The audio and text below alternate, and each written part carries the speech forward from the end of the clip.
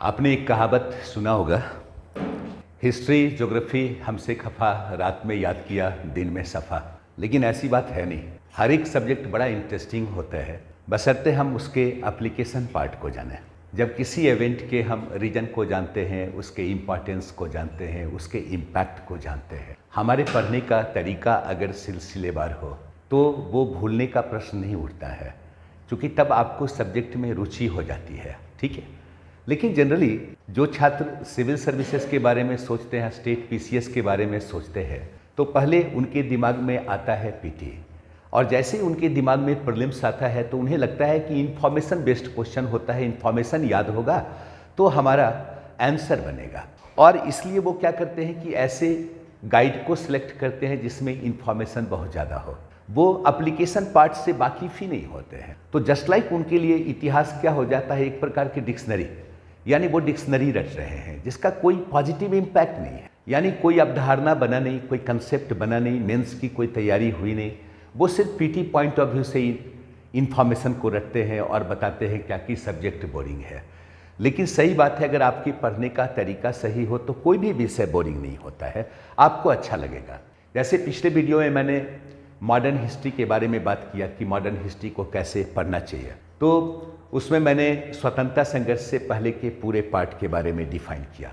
ध्यान रखिएगा, जिस टॉपिक की मैंने बात की उसमें से दो टॉपिक बहुत अधिक महत्वपूर्ण है जहाँ से क्वेश्चन ज़्यादा आते हैं। एक संवैधानिक विकास, दूसरा प्रशासनिक आर्थिक नीति, और तीसरा सामाजिक धार्मिक सुधार आंदोलन और कास्ट मूवमेंट, जहाँ से क्वेश्चन ज़्यादा होता है।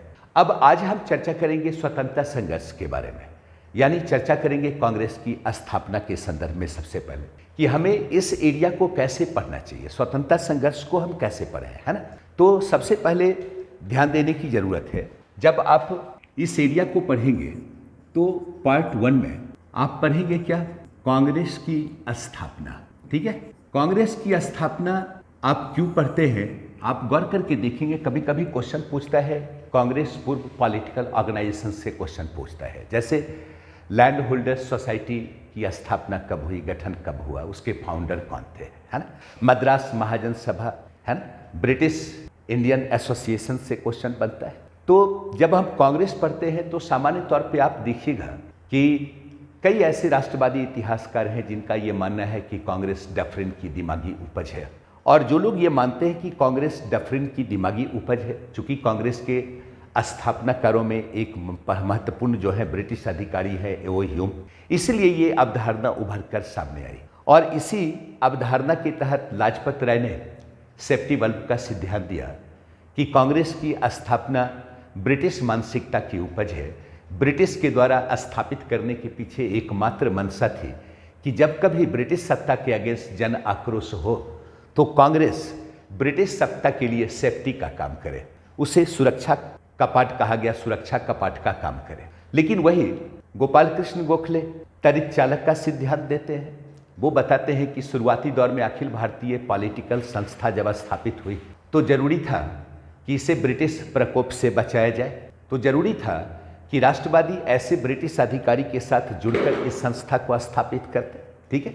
लेकिन दोनों ही प्रकार की विचारधारा बहुत लॉजिकल नहीं है, क्योंकि आपने पढ़ा है कि जैसे जैसे ब्रिटिश सत्ता का भारत में विस्तार हुआ, ब्रिटिश प्रशासनिक नीति आरोपित हुई, जैसे जैसे आप देखते कि रेवेन्यू एडमिनिस्ट्रेशन स्थापित हुआ, जुडिशियरी एडमिनिस्ट्रेशन स्थापित हुआ, उनकी इकोनॉमिक पॉलिसी भी जो थी उसके कारण भारत का सतत दोहन हो रहा था, विभिन्न वर्ग प्रभावित हो रहे थे। और यही वजह था कि जनजातीय विद्रोह हो रहा था, किसानों का विद्रोह हो रहा था, रियासतों का विद्रोह हो रहा था। 1857 का विद्रोह भी आपने पढ़ा, है ना। 19वीं सदी में सामाजिक धार्मिक सुधार आंदोलन हो रहे थे। सामाजिक व्यवस्था में व्याप्त कुप्रवृत्ति को दूर कर राष्ट्रवादी राष्ट्रीय एकता को स्थापित करने की कोशिश चल रही थी। इसका मतलब है कि भारत में ब्रिटिश सत्ता के अगेंस्ट विद्रोह की परंपरा काफी पुरानी रही है। साथ ही साथ आप देखते क्या है, सुधारवादी कार्य भी चल रहे थे। कांग्रेस की स्थापना से पूर्व छोटे छोटे पॉलिटिकल ऑर्गेनाइजेशन भी स्थापित हो रहे थे। जाहिर सी बात है, एक अखिल भारतीय पॉलिटिकल मंच की आवश्यकता महसूस हुई और कांग्रेस क्या हुई, स्थापित हुई।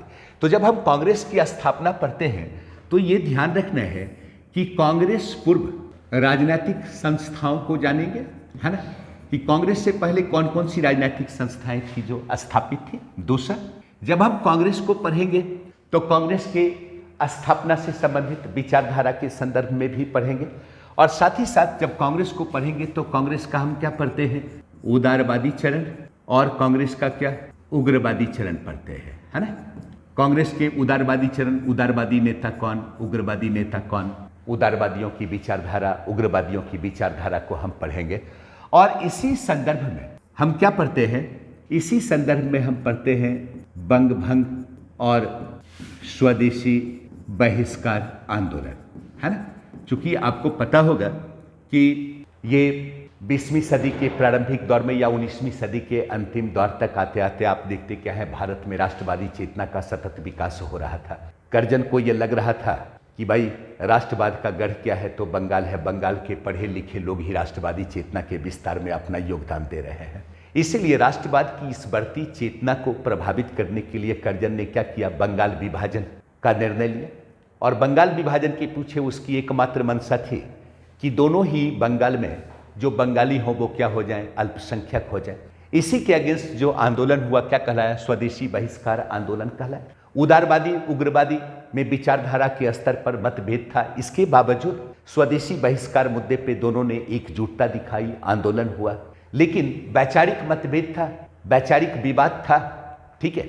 और इसी का इम्पैक्ट क्या हुआ बाद में, 1907 में आपने पढ़ा होगा क्या, सूरत फूट, यानी कांग्रेस में क्या हो गया, फूट हो गया। उदारवादी और उग्रवादी दोनों क्या हो गए, अलग हो गए। एक लंबे समय तक राजनीतिक शून्यता की स्थिति हो गई, है ना। और इस लंबे राजनीतिक शून्यता की स्थिति में 1914 में आपने पढ़ा या आप पढ़ेंगे, तिलक की रिहाई होती है। एनी बेसेंट और तिलक के प्रयास से गरम दल और नरम दल दोनों एक मंच पर आते हैं, ठीक है। और उस साल जो कांग्रेस का अधिवेशन होने वाला था, उदारवादियों ने उग्रवादियों को अलग रखने की कोशिश किया। इसीलिए एनी बेसेंट और तिलक को लगा कि क्यों नहीं कोई एक्टिविटी की जाए, और इसी क्रम में एक आंदोलन की शुरुआत हुई जिसे आप क्या कहते हैं, होम रूल लीग आंदोलन कहते हैं। 2 होम रूल लीग बना, एक तिलक का और दूसरा एनी बेसेंट का। तो हम इसी क्रम में क्या पढ़ते हैं, होम रूल लीग आंदोलन, है ना। तो पहला जो आपका पार्ट होगा उसमें आप इन तमाम चीजों को पढ़ने की कोशिश करेंगे। यहां से प्रश्न आपका रहता है ना। चूंकि बंगभंग के बाद स्वदेशी बहिष्कार आंदोलन हुआ, स्वदेशी बहिष्कार आंदोलन के अलग अलग क्षेत्र के नेता कौन थे, ठीक है। बंगाल विभाजन किस तारीख से एक्शन में आया, क्वेश्चन पूछता है, ठीक है। या ये भी क्वेश्चन पूछता है कि स्वदेशी बहिष्कार आंदोलन के दौरान किस किस नेताओं के द्वारा किस किस प्रकार की एक्टिविटी की गई, क्वेश्चन आपका बनता है, ठीक है। अब इसके बाद जो दूसरा पार्ट आपका बनेगा, वो दूसरा पार्ट क्या बनेगा, आप याद कीजिए। इसके बाद पार्ट 2 में गांधी के नेतृत्व में आंदोलन पढ़ते हैं, है ना। यानी यहां पे आप गांधीवाद पढ़ते हैं या गांधी युग पढ़ते हैं, गांधी के नेतृत्व में आंदोलन पढ़ते हैं। याद कीजिए महात्मा गांधी का मतलब कि जब भारत आगमन हुआ बैरिस्टरी करके, तो एज ए बैरिस्टर वो कहाँ गए, साउथ अफ्रीका गए। साउथ अफ्रीका की धरती पे उतरने वाले पहले भारतीय बैरिस्टर कौन थे, गांधी थे। और आपको ये जानकारी होगी कि साउथ अफ्रीका में अप्रवासी भारतीयों की स्थिति बहुत ही खराब थी। पंजीकरण प्रमाण पत्र हमेशा पॉकेट में रखना पड़ता था, या जिनका भी विवाह ईसाई प्रविधि पर आधारित नहीं था उन्हें अवैध घोषित किया गया। वोट देने का किसी को राइट नहीं था। महात्मा गांधी ने साउथ अफ्रीका में आंदोलन किया, और साउथ अफ्रीका में उनके आंदोलन में उनकी सहयोगी बनी कौन, कस्तूरबा। सहयोगी बने कौन, गोपाल कृष्ण गोखले। महात्मा गांधी को साउथ अफ्रीका में सफलता मिली। यानी साउथ अफ्रीका में जिस वक्त महात्मा गांधी आंदोलन कर रहे थे, एज ए नेता भारत में उनकी मान्यता स्थापित हो चुकी थी। यानी भारत के लोग उन्हें अपने भविष्य के नेता के रूप में एक्सेप्ट कर चुके थे। भारत की परिस्थितियां भी कुछ वैसी थी। आपने पढ़ा होगा 1915 में महात्मा गांधी का भारत आगमन होता है। वो भारत आते हैं तो किसी पॉलिटिकल ऑर्गेनाइजेशन से उनकी कोई संबद्धता नहीं होती है, वो भारत का भ्रमण करते हैं, ठीक है। और उस दौरान क्षेत्रीय आंदोलन को उन्होंने नेतृत्व दिया जहां महात्मा गांधी को सफलता मिली। तो महात्मा गांधी के नेतृत्व में जो पहला आंदोलन होता है वो आंदोलन क्या है, 3 क्षेत्रीय आंदोलन, जिसको महात्मा गांधी ने नेतृत्व दिया। किसको, याद कीजिए, चंपारण, अहमदाबाद और कौन, खेरा, है ना। 1917-18 में आंदोलन हुआ, महात्मा गांधी ने नेतृत्व दिया। महात्मा गांधी को इस आंदोलन में सफलता मिली। क्वेश्चन पूछता है आंदोलन कब हुआ, आंदोलन कहाँ हुआ, ठीक है, आंदोलन के नेतृत्वकर्ता कौन थे, आंदोलन का मुख्य मुद्दा क्या था, क्या वजह था कि आंदोलन हुआ, ठीक है। तो यहाँ पे सबसे पहला जो आंदोलन हुआ चंपारण सत्याग्रह, और तब आप दूसरा जो पढ़ते हैं गांधीवादी आंदोलन, गांधी के नेतृत्व में किया गया आंदोलन, वो क्या है, खिलाफत असहयोग आंदोलन, है ना। चूंकि आप जब पढ़ेंगे तो आपको पता चलेगा कि खिलाफत संस्था ये सर्व इस्लामियत से संबंधित था। चूंकि मुसलमान खिलाफत संस्था को सुरक्षित रखना चाहते थे, चूंकि खिलाफत के प्रति इनकी अपनी एक धार्मिक आस्था थी। ब्रिटिश हुकूमत खिलाफत संस्था को समाप्त करना चाहती थी, तुर्की के खलीफा की सत्ता को समाप्त करना चाहती थी, इसलिए भारतीय मुसलमान ब्रिटिश के बिल्कुल अगेंस्ट थे, जिसमें आप देखते कि मुख्य रूप से अली बंधु की भूमिका थी, है ना। उसी दौरान महात्मा गांधी के नेतृत्व में असहयोग आंदोलन हो रहा था, क्या, स्वराज के मुद्दे पर। महात्मा गांधी ने खिलाफत संस्था को क्या किया, खिलाफत आंदोलन को स्वराज असहयोग के साथ जोड़ दिया। चूंकि महात्मा गांधी के लिए बहुत बेहतर अवसर था हिंदू मुस्लिम एकता के प्रदर्शन के लिए, तो महात्मा गांधी के नेतृत्व में क्या हुआ, अखिल भारतीय स्तर पर पहला आंदोलन हुआ, क्या, खिलाफत असहयोग आंदोलन। लेकिन महात्मा गांधी ने आंदोलन से पहले ही आंदोलन की रणनीति को तय कर दिया था। जब आप पढ़ेंगे तो ये पता चलेगा, महात्मा गांधी असहयोग का मतलब यही होता है कि जब सरकार भ्रष्ट हो जाए, जनता के आकांक्षाओं पर खरे नहीं उतरे, तो ऐसे सरकार से अपने सहयोग को समाप्त कर लेना ही क्या है, असहयोग है। तो महात्मा गांधी ने असहयोग आंदोलन का कार्यक्रम पेश किया, किस चीज का हम बहिष्कार करेंगे, किस स्वदेशी के लिए हम प्रयास करें, ठीक है। साथ ही साथ महात्मा गांधी ने अहिंसा के प्रति अपनी प्रतिबद्धता को व्यक्त की। लेकिन एक हिंसात्मक घटना घटित हुई, चौरी चौरा की घटना। महात्मा गांधी ने असहयोग के आंदोलन के स्थगन का आदेश दिया। असहयोग आंदोलन क्या हो गया, स्थगित हो गया। तो यहाँ पे जनरली खिलाफत असहयोग आंदोलन में आप देखेंगे, यहाँ से भी प्रश्न बनता है, इसके क्या रीजन थे। रीजन में कई ऐसा इवेंट आ जाएगा जो आपको पढ़ने की जरूरत है, जैसे फर्स्ट वर्ल्ड वार जनित क्या, आर्थिक समस्याएं। दूसरा रॉलेट एक्ट की आप बात करते हैं, जालियांवाला बाग हत्याकांड की बात करते हैं, 1919 के अधिनियम की बात करते हैं, ठीक है। चूंकि उसके कारण भी भारतीय क्या थे, नाखुश थे। ये तमाम असंतुष्ट होने का कारण था, और यही वजह था महात्मा गांधी के नेतृत्व में यह आंदोलन हुआ।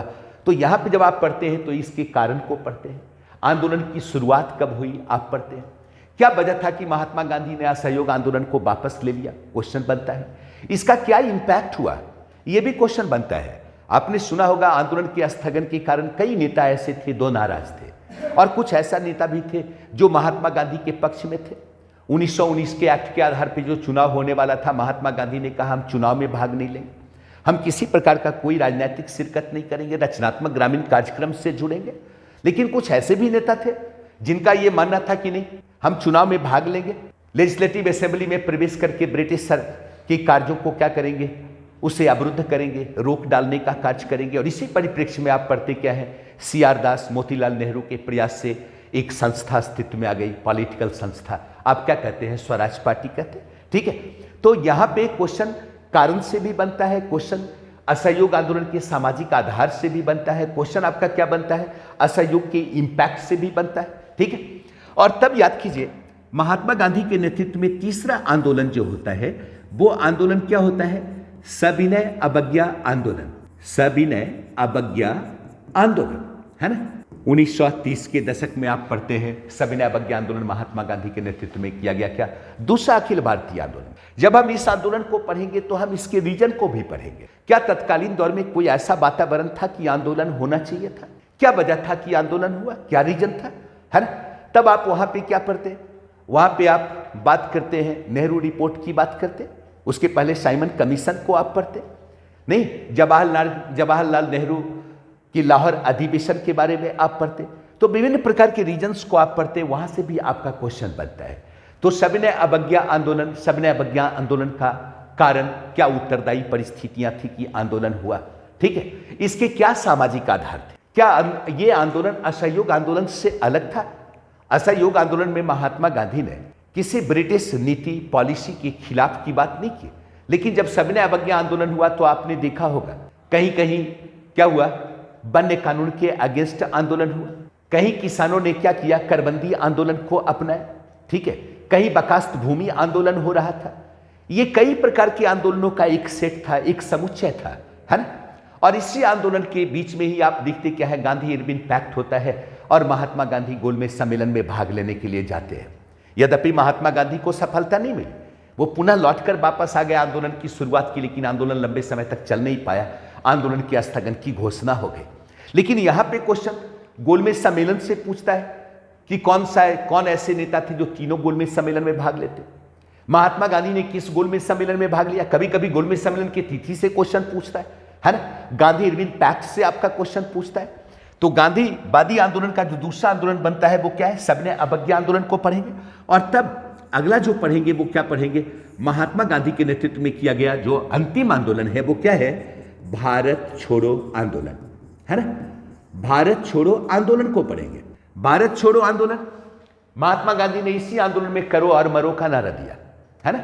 महात्मा गांधी के विचारधारा में परिवर्तन के तत्व यहां देखने को मिलते हैं, जहां महात्मा गांधी ने अहिंसा के प्रति अपनी प्रतिबद्धता को व्यक्त की थी। और वही महात्मा गांधी ग्वालियर टैंक मैदान में क्या कर रहे हैं, यही अंतिम विकल्प है, इसके अलावा किसी और विकल्प पर कोई चर्चा नहीं हो सकती है, यानी अंग्रेजों भारत छोड़ो। और महात्मा गांधी ने कहा कि आपको निर्णय लेना है कि आपको आंदोलन कैसे करना है। तो भारत छोड़ो आंदोलन, जब हम इसको पढ़ेंगे तो यहां पे भी हम इसके रीजंस को पढ़ेंगे, क्रिप्स प्रस्ताव को पढ़ेंगे, क्रिप्स प्रस्ताव की विफलता को पढ़ेंगे, अगस्त प्रस्ताव को पढ़ेंगे, है ना। भारत छोड़ो आंदोलन के सामाजिक आधार को पढ़ेंगे, भारत छोड़ो आंदोलन के नेचर को पढ़ेंगे। कई बार क्वेश्चन पूछता है क्या कि इस आंदोलन की जस्ट ग्वालियर टैंक मैदान में महात्मा गांधी का ही भाषण हुआ, दूसरे दिन जितने महत्वपूर्ण नेता थे गिरफ्तार कर लिए गए, कुछ नजरबंद कर दिए गए, यानी बगैर नेतृत्व का आंदोलन था, स्वतः स्फूर्त आंदोलन था। मेंस में क्वेश्चन बनता है, लेकिन फिर भी देखते क्या है, कुछ ऐसे नेता थे जो भूमिगत रूप से आंदोलन को नेतृत्व दे रहे थे, यह भी क्वेश्चन बनता है। ठीक है, जब आप बिहार का एग्जाम देते हैं, बीपीएससी देते हैं, तो अक्सर यहां से क्वेश्चन बन जाता है क्या, खिलाफत असहयोग आंदोलन, सविनय अवज्ञा आंदोलन, भारत छोड़ो आंदोलन में बिहार की भूमिका। तत्कालीन दौर में बिहार का कौन ऐसा नेता था जो एक्टिव था, जो इस आंदोलन में मुख्य रूप से शिरकत कर रहा था, कोई अखबार जो इस आंदोलन का मुखपत्र बना हो, क्वेश्चन बनता है। ठीक है, तो इसके बाद जस्ट हम करेंगे गांधीवादी नेतृत्व में आंदोलन। ये ध्यान रखिएगा, सर्वाधिक क्वेश्चन जो बनता है मॉडर्न हिस्ट्री में वो आपका फ्रीडम स्ट्रगल से बनता है, और फ्रीडम स्ट्रगल में जो सर्वाधिक क्वेश्चन बनता है, देखिएगा गांधी युग से क्वेश्चन सबसे ज्यादा बनता है। ठीक है, गांधी के नेतृत्व में किए गए आंदोलन से क्वेश्चन ज्यादा होता है, इसको ध्यान में रखना है। और तब फिर हम लोग देखेंगे क्या, पार्ट थ्री में क्या देखेंगे कि इस आंदोलन के बीच में अन्य और कई छोटे छोटे ऑर्गेनाइजेशन भी बन रहे थे, आंदोलन हो रहे थे, उसका भी इंपैक्ट देशव्यापी आपको देखने को मिल जाता है। जैसे मैं एग्जाम्पल के तौर पे आपको बताता हूं। याद कीजिए, जब स्वदेशी बहिष्कार आंदोलन स्थगित हो गया, समाप्त हो गया, उसका कोई पॉजिटिव इंपैक्ट देखने को नहीं मिला, चूंकि उदारवादी उग्रवादी वैचारिक स्तर पे बटे हुए थे।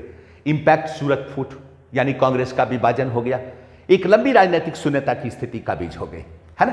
तो वैसी स्थिति में जो तमाम भारत के युवा थे, जिन्हें उग्रवादी नेतृत्वकर्ताओं से विशेष उम्मीद थी, उम्मीद के अनुकूल साबित नहीं हुआ। उन लोगों ने क्या किया, बम पिस्तौल की राजनीति पर ध्यान दिया। और तब आप देखते क्या है, स्वदेशी बहिष्कार आंदोलन के जस्ट बाद क्या होता है, क्रांतिकारी आतंकवादी आंदोलन का प्रथम चरण शुरू हो जाता है ना, जिसमें आप अभिनव भारत को पढ़ते हैं, मित्र मेला को पढ़ते हैं, अनुशीलन समिति को पढ़ते हैं, है ना। नेता के रूप में क्या, बारिंद्र घोष, भूपेंद्र नाथ दत्त, अरविंदो घोष को पढ़ते हैं। ठीक है, तो अन्य आंदोलन के रूप में अगर देखें आंदोलन या संस्थाएं, तो इसमें हम सबसे पहले क्या करेंगे, क्रांतिकारी आतंकवादी आंदोलन, है ना। और जब क्रांतिकारी आतंकवादी आंदोलन करेंगे तो इसके दोनों फेज को करेंगे, क्या, फेज 1 और फेज 2 करेंगे। याद कीजिए, अभी मैंने जस्ट बताया, स्वदेशी बहिष्कार आंदोलन के स्थगन के बाद क्रांतिकारी आतंकवादी आंदोलन का फर्स्ट फेज शुरू होता है ना। दूसरा, जब महात्मा गांधी के असहयोग आंदोलन का स्थगन हो गया, क्योंकि याद कीजिए 1915 में महात्मा गांधी का आगमन हुआ, कांग्रेस फूट के बाद लंबे समय तक राजनीतिक शून्यता की स्थिति थी। महात्मा गांधी साउथ अफ्रीका में इतना पॉपुलर हुए कि भारत के लोगों ने उन्हें नेता मान लिया। महात्मा गांधी का कार्यक्रम, महात्मा गांधी के विचार, महात्मा गांधी का रहन सहन, साउथ अफ्रीका में महात्मा गांधी के द्वारा प्राप्त किया गया अनुभव, महात्मा गांधी पे महाभारत रामायण का इंपैक्ट, बौद्ध धर्म जैन धर्म का इंपैक्ट दिखता है ना, और भी कई मतलब विद्वानों का प्रभाव महात्मा गांधी पे दिखता था। महात्मा गांधी ने मूल्य आधारित राजनीति की शुरुआत की। भारत के लोगों ने क्या किया, मुक्तिदाता के रूप में महात्मा गांधी को एक्सेप्ट कर लिया। महात्मा गांधी के नेतृत्व में शुरुआती दौर का 3 क्षेत्रीय आंदोलन हुआ। महात्मा गांधी को सफलता मिली, युवाओं को काफी उम्मीद थी। असहयोग आंदोलन का भी इंपैक्ट क्या होगा, पॉजिटिव होगा। लेकिन एक घटना, चौड़ी चौड़ा की घटना के बाद महात्मा गांधी ने स्थगन का आदेश दिया। इंपैक्ट क्या हुआ, युवाओं पे निगेटिव ही पड़ा। और तब देखते क्या है, आतंकवादी आंदोलन का सेकेंड फेज शुरू हो गया, जिसमें आप भगत सिंह को पढ़ते हैं, बटुकेश्वर दत्त को पढ़ते हैं, चंद्रशेखर आजाद को पढ़ते हैं, सूर्य सेन को पढ़ते हैं, इनके ऑर्गेनाइजेशन को पढ़ते हैं। भारत नौजवान सभा, Hindustan socialist Republican association, Hindustan socialist association को आप पढ़ते हैं, ठीक है।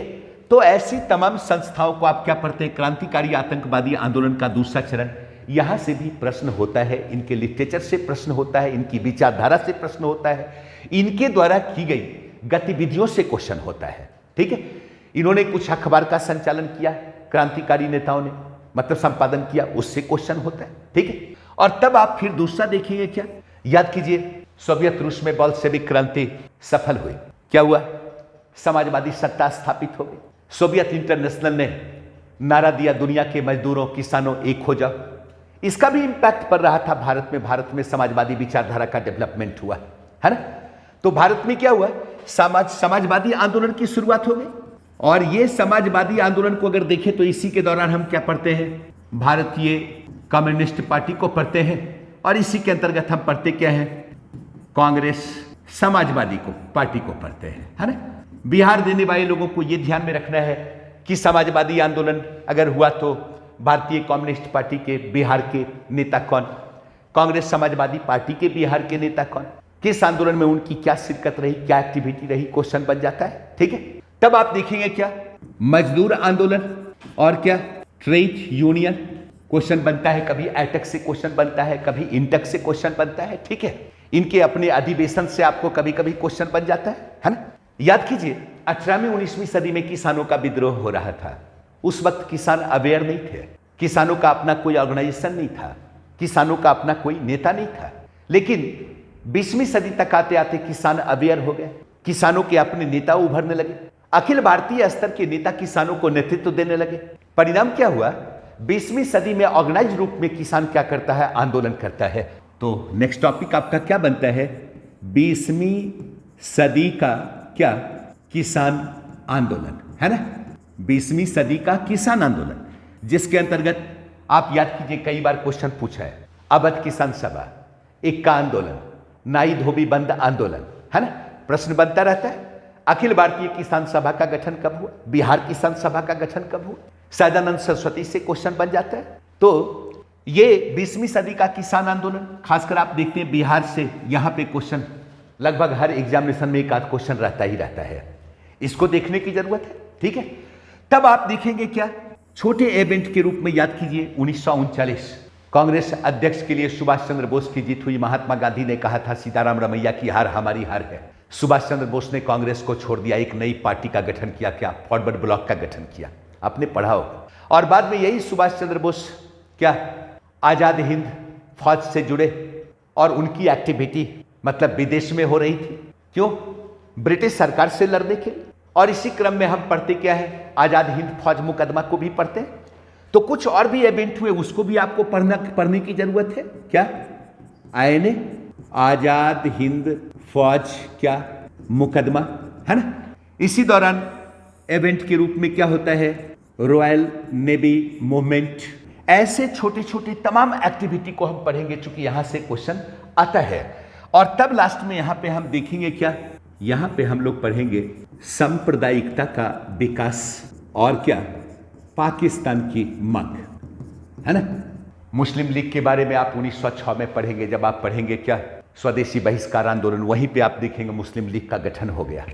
और आगे आप कालक्रम में देखेंगे कई ऐसे इवेंट हुए, ब्रिटिश साम्राज्यवादी नीति, फूट डालो और राज करो की नीति, सर सैयद अहमद खां की एक्टिविटी को भी हम देखेंगे, कुछ कांग्रेस की भूल को भी देखें, जैसे असहयोग आंदोलन के साथ खिलाफत आंदोलन को जोड़ लेना नहीं, लखनऊ पैक्ट के समय कांग्रेस के द्वारा पृथक निर्वाचन मंडल को एक्सेप्ट कर लेना, 1928 के नेहरू रिपोर्ट में पृथक निर्वाचन मंडल को नकार देना। परिणाम क्या हुआ, सांप्रदायिकता का डेवलपमेंट। ये सांप्रदायिकता आधुनिक काल का टर्म है, ये कभी एंशिएंट हिस्ट्री में, मीडिएवल हिस्ट्री में देखने को नहीं मिलता है। क्योंकि एक बात तो आप सोचते होंगे या मानते होंगे, दो धार्मिक समुदाय के धार्मिक हित के टकराने से सांप्रदायिकता का विकास नहीं हुआ, बल्कि दो धार्मिक समुदाय के गैर धार्मिक हित के टकराने के कारण क्या हुआ, भारत में सांप्रदायिकता का विकास हुआ। और इसी सांप्रदायिकता के विकास की अंतिम परिणति क्या थी, भारत का विभाजन। नहीं, भारत और पाकिस्तान दो डोमिनियन क्या स्टेट के रूप में स्थापित हुए, आप पढ़ेंगे तो यहां से भी कभी कभी क्वेश्चन आपका बनता है। नहीं, रहमत अली चौधरी से पाकिस्तान शब्द को लेकर क्वेश्चन बन जाता है, मुस्लिम लीग के लाहौर अधिवेशन से क्वेश्चन बन जाता है। ठीक है, तो ये छोटे छोटे तमाम टॉपिक हैं, इसको इसके बाद हम पढ़ेंगे। तो यहां से भी आपका कुछ क्वेश्चन बनता है, पीटी में भी बनता है क्वेश्चन, आपका मेंस में भी बनता है। ठीक है, लेकिन जो सबसे महत्वपूर्ण जो पार्ट था वो सेकेंड पार्ट था, गांधीवादी युग और गांधी के नेतृत्व में किया गया आंदोलन, जहां से क्वेश्चन ज्यादा पूछता है। ठीक है, ये तो आपका हुआ पार्ट थर्ड। नेक्स्ट देखेंगे हम लोग पार्ट फोर। पार्ट फोर में हम लोग पढ़ेंगे क्या, हम लोगों ने संवैधानिक विकास देखा था जब हम लोग पढ़ रहे थे मॉडर्न हिस्ट्री, यानी जो पिछला जो आपका क्लास था उसमें आपने देखा होगा, है ना। अब आप देखते होंगे क्या कि जो भी आपका एक्ट है वो क्या है, चार्टर एक्ट के रूप में है। उसके बाद आप देखते क्या है, क्या रेगुलेटिंग एक्ट के रूप में है। कुछ एक्ट जो है वो क्या है, इंडिया काउंसिल एक्ट के रूप में है ना। जब उत्तरदायी सरकार की बात चली संवैधानिक विकास के अंतर्गत, ठीक है, यहां से भी प्रश्न काफी पूछे जाते हैं, जिसके अंतर्गत हम पढ़ेंगे क्या, 1861 से लेकर 1935 का अधिनियम। ठीक है, यहां से क्वेश्चन काफी होते हैं।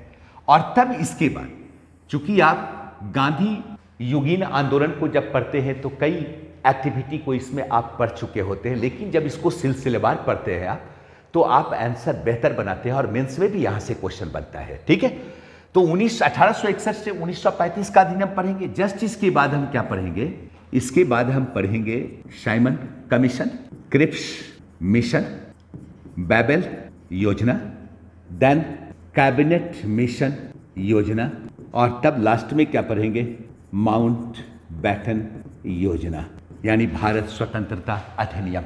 ठीक है, ये फ्रीडम स्ट्रगल का दूसरा ऐसा पार्ट है जहां से प्रश्न ज्यादा होता है, जिसको बहुत बेहतर तरीके से समझने और जानने की आवश्यकता है।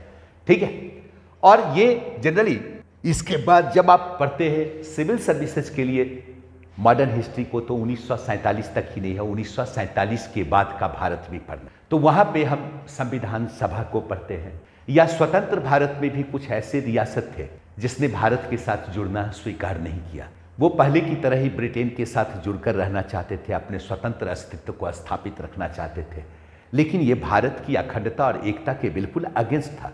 उन रियासतों के विलय से क्वेश्चन बन जाता है ना। स्वतंत्र भारत की विदेश नीति काफी महत्वपूर्ण है। विदेश नीति के अंतर्गत जवाहरलाल नेहरू ने गुट निरपेक्षता की नीति को अपनाया। आखिर क्यों अपनाया, क्या तत्कालीन दौर में परिस्थितियां थी, तो भारत की विदेश नीति बड़ा अहम मुद्दा बन जाता है ना। नेहरू ने तत्कालीन भारत के डेवलपमेंट के लिए, चूंकि लंबे समय से ब्रिटिश सत्ता रही, ब्रिटिश औपनिवेशिक नीति के कारण भारत का आर्थिक क्षरण हुआ, गरीबी, बेरोजगारी, निर्धनता, ऋणग्रस्तता, ये भारत की आम समस्या थी। इस समस्या से इसके समाधान के लिए नेहरू ने जिस इकोनॉमिक पॉलिसी को अपनाया, वो इकोनॉमिक पॉलिसी क्या था, नेहरू का समाजवाद क्या था, क्वेश्चन बनता है।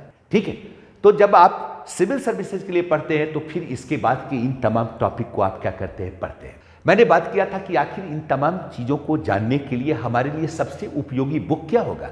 चूंकि मैं जिस मॉडर्न हिस्ट्री की बात कर रहा हूं, ये पीटी के साथ साथ मेंस के लिए भी उपयोगी, इंटरव्यू के लिए भी उपयोगी हो जाता है। ठीक है, तो वैसी स्थिति में इसको बेहतर बुक से पढ़ने की आवश्यकता है।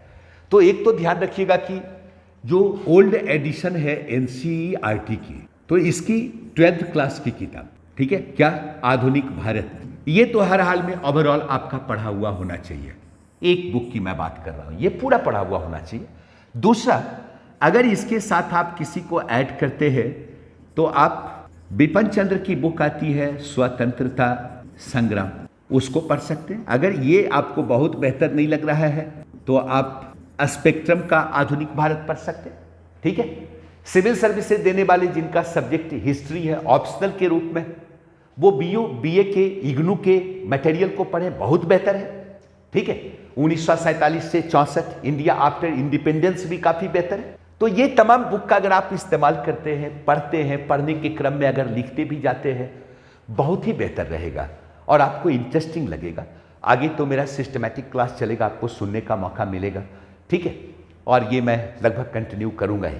और पहले तो मैंने आज मॉडर्न पे दिया है, नेक्स्ट जो क्लास होगा वो 2 क्लास, एक एंशिएंट हिस्ट्री को कैसे पढ़ा जाए, दूसरा मीडिएवल हिस्ट्री को कैसे पढ़ा जाए, देन फिर टॉपिक वाइज हम लोग शुरू करेंगे, ठीक है। Thank you.